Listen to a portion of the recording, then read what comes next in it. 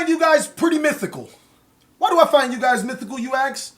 Well, because it feels like you put a spell on me to make this deck profile. And why do you guys see it as so good? Well, maybe because that Cleefort versus Mythic Beast Spellbook was an epic match, even with the misplays. And if you guys want to see that deck, or those two decks in action, boop, click on that annotation right there. It'll take you right to it. I'm TheCaliEffect, and if you guys want to see more deck profiles like this, then go ahead and Spellbook Fate that subscribe button. But more importantly, you can put some spell counters on that notification bell because we just too strong. Without further ado, I present to you a competitive Spellbook Mythic Beast deck profile for the February 2018 format. Okay, ladies and gentlemen, we're going to start off with the monsters, and I'm going to start talking about the Mythical Beast monster. So 3 copies of Master or Mythical Beast Master Cerberus, 3 copies of Mythical Beast Jackal King, 2 copies of Mythical Beast Garuda, and we're going to wrap it up with 2 copies of Mythical Beast Jackal. Now, the Mythical Beasts all follow one certain theme.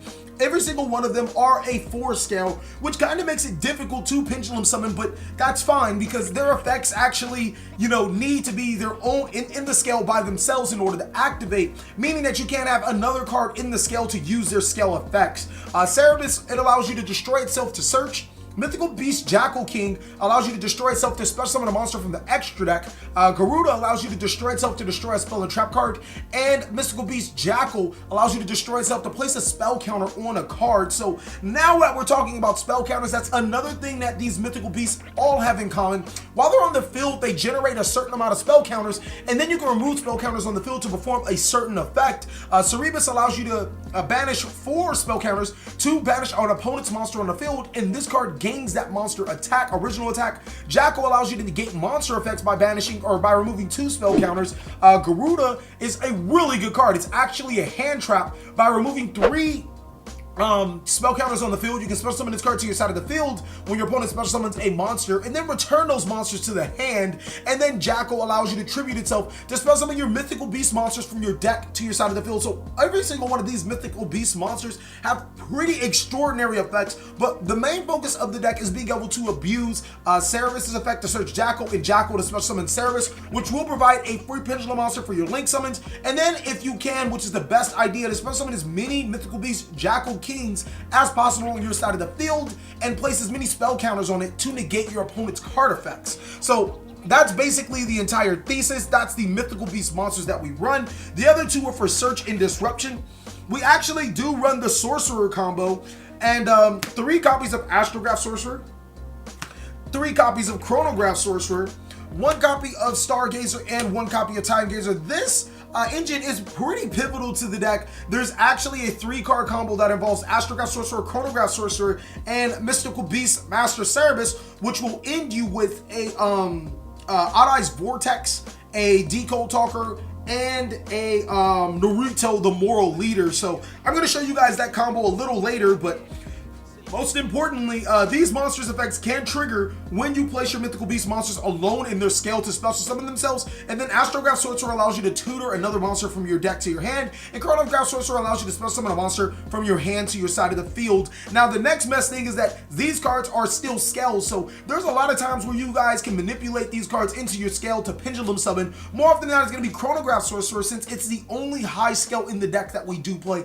Pendulum summoning isn't necessarily a priority, quote unquote, but how we manipulate our scales, mainly because we can't have any cards in scale to activate our Mythical Beast monsters, is really crucial, and Chronograph Sorcerer does provide us that high scale that we need. So that's it for the Sorcerer cards that we play.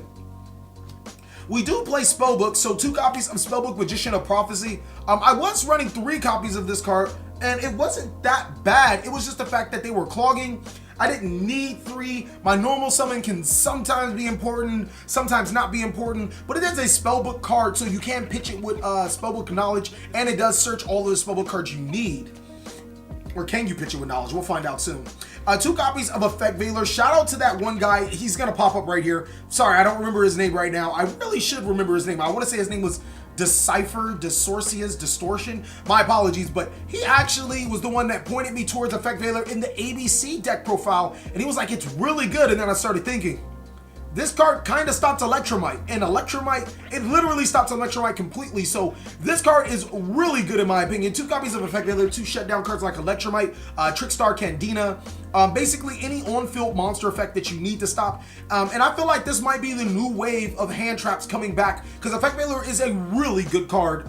We're gonna pair it up with 2 copies of Ash Blossom. I was running 3 and 3, but I just didn't feel a need to run so many hand traps inside of this deck, so I dropped it down to 2 and 2. And I really feel that we're gonna start going towards a 3 to 5 type of hand traps, or a meta where we run 5 hand traps, especially with the new card coming out that will negate hand traps. So that's it for the monsters. For the spells, we of course run 3 copies of Spellbook Secrets, 3 copies of Spellbook Knowledge, 2 copies of Spellbook Master, 2 copies of Spellbook Fate, 1 copy of Spellbook Eternity, and 1 copy of Spellbook Power. Now this is an extended Spellbook engine because most builds normally run any number of copy of Secrets, any number of copy of Knowledge, and then the little boys, they don't run anything else. But what I really noticed about this Mythical Beast deck is that the more spell cards you can activate in a turn, the more spell counters that they get,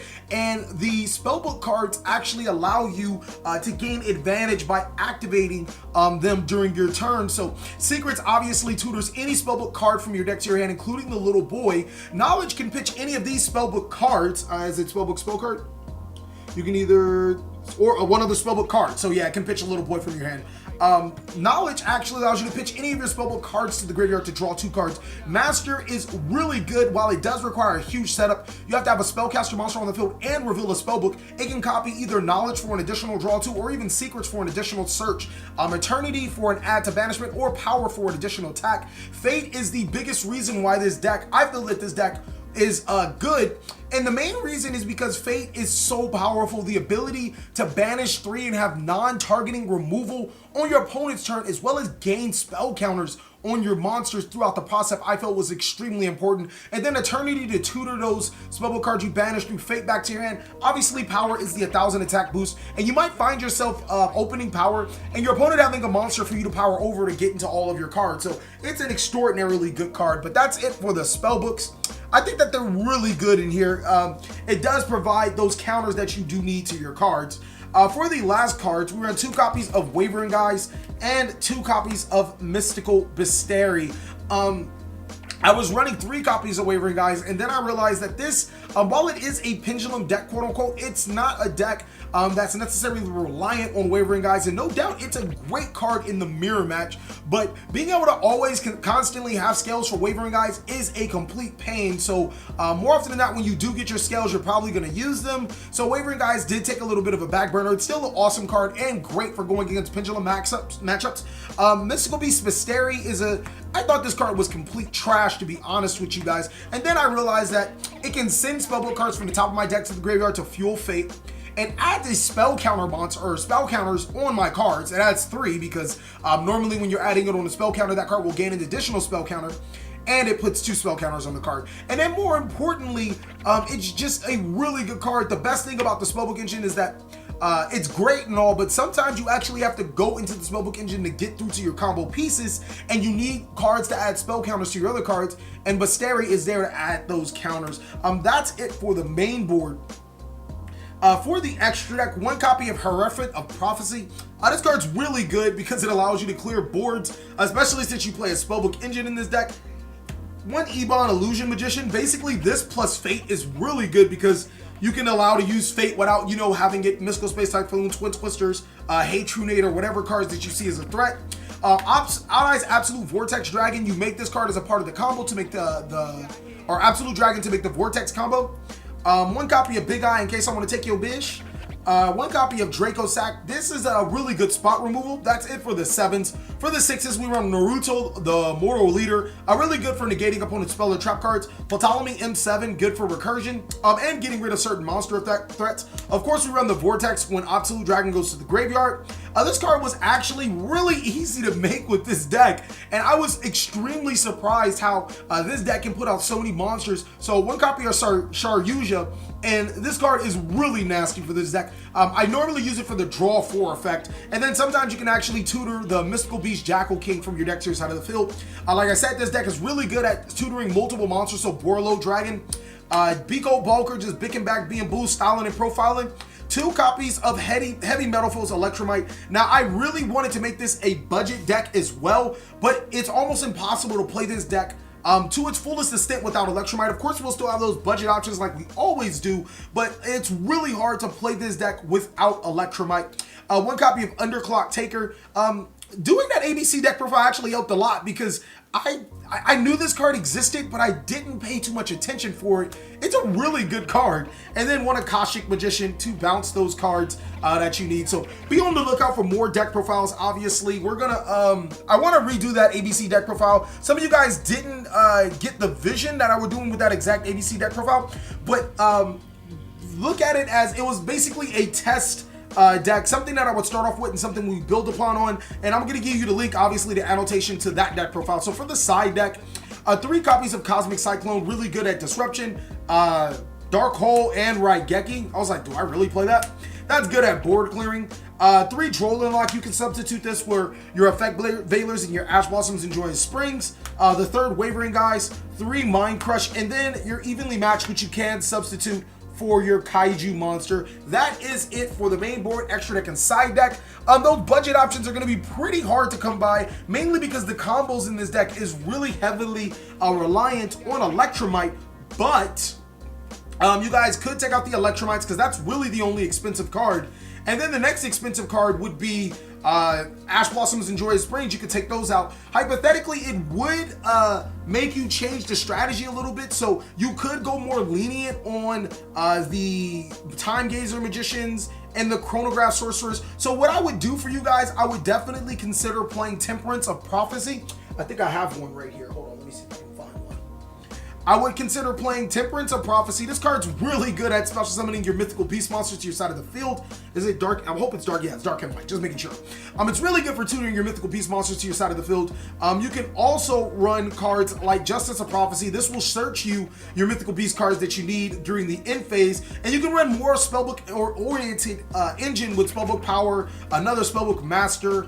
You know, more Eternities. Life is pretty good, so I would probably go more Spellbook aggressive if I couldn't afford the Electromites, and then rely a lot less on the Pendulum mechanic because Electromite is love and life. Now that I'm done with that, I'm going to show you guys the 3-card combo that will end you with a Vortex, a Deco Talker, and a Naruto the Moral Leader. I really hope you guys have been enjoying this deck profile so far. Okay, so on to the combo tutorial. I'm not gonna lie to you guys, this combo is freaking insane. It is a 3-card combo. You're gonna go through all of your sorcerer monsters, but it's well worth it because your end board is gonna be a Deco Talker, Naruto the Moral Leader, and Odd Eyes Vortex. What you're gonna need is a Chronograph Sorcerer, an Astrograph Sorcerer, and a Mythical Beast Master Service. So 3 cards that we run 3 of.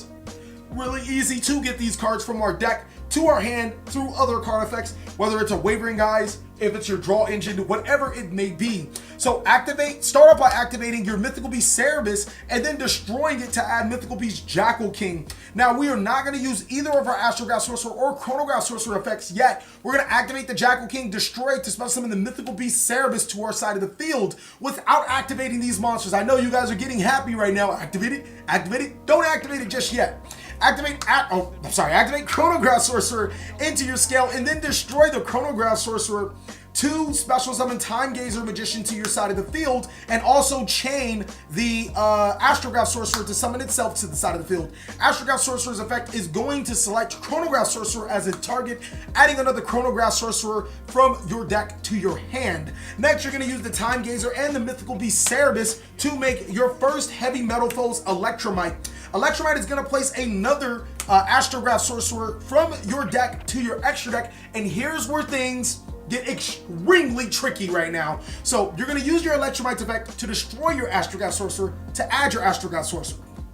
Then you're going to activate your Astrograph Sorcerer to summon Astrograph Sorcerer to search another Astrograph Sorcerer. Now, it's kind of really, really weird that these effects aren't once per turn. I really think that Astrograph Sorcerer should be a hard once per turn, because you guys can see I just shuffled through a lot of cards and I'm not really losing any advantage. Through 3 cards, I already have 4 cards and I'm going to continue to get more cards. I'm going to place both Astrograph and Chronograph Sorcerer in my Pendulum Scale, and now I'm ready to Pendulum Summon.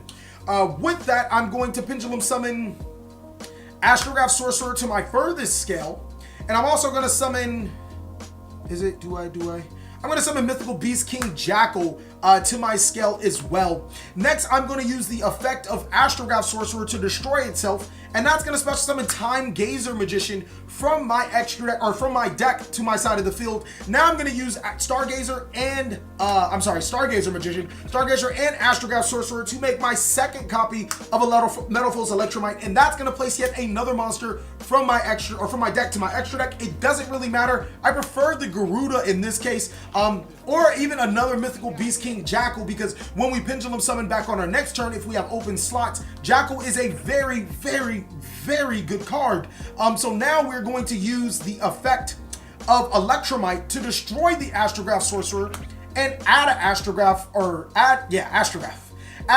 Sorcerer to our hand. That's going to trigger our Astrograph Sorcerer's effect, summoning it and adding a Chronograph Sorcerer from our deck to our side of the field. Consequently, you could have left this in the extra deck and then just used the Chronograph Sorcerer, which is what I think I'm going to do now. I think that's actually a lot better.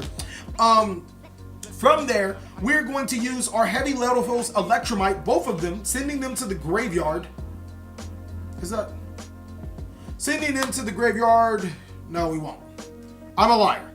I am a liar. I am such a liar. I am a big liar. Yeah, we are.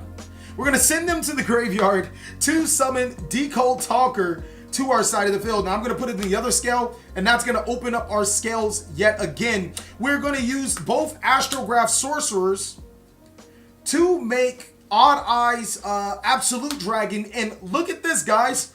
We never normal summon. So tribute Odd Eyes Absolute Dragon to summon your Chronograph Sorcerer. Odd Eyes Absolute Dragon's effect will activate, special summoning Odd Eyes Vortex to your side of the field, and then use both Chronograph Sorcerers to make Naruto the Moral Leader. That is how you make Decold Talker, Odd Eyes Vortex, Naruto the Moral Leader, all in one turn through just 3 card effects. This deck is pretty simple.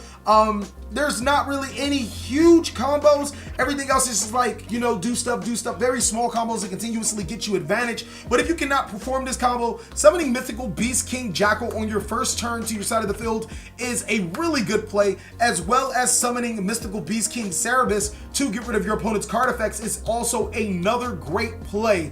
And that's basically it for the deck profile. Thank you guys so much for watching. If you guys want to see personal deck profiles, or if you guys want to see some other deck profiles that just got scrapped, go ahead and visit my Patreon. For just a damn $1 a month, your boy will hook you up. Thank you guys so much for watching again. Please like, comment, subscribe, but most of all, enjoy. I'll catch you guys on the next video.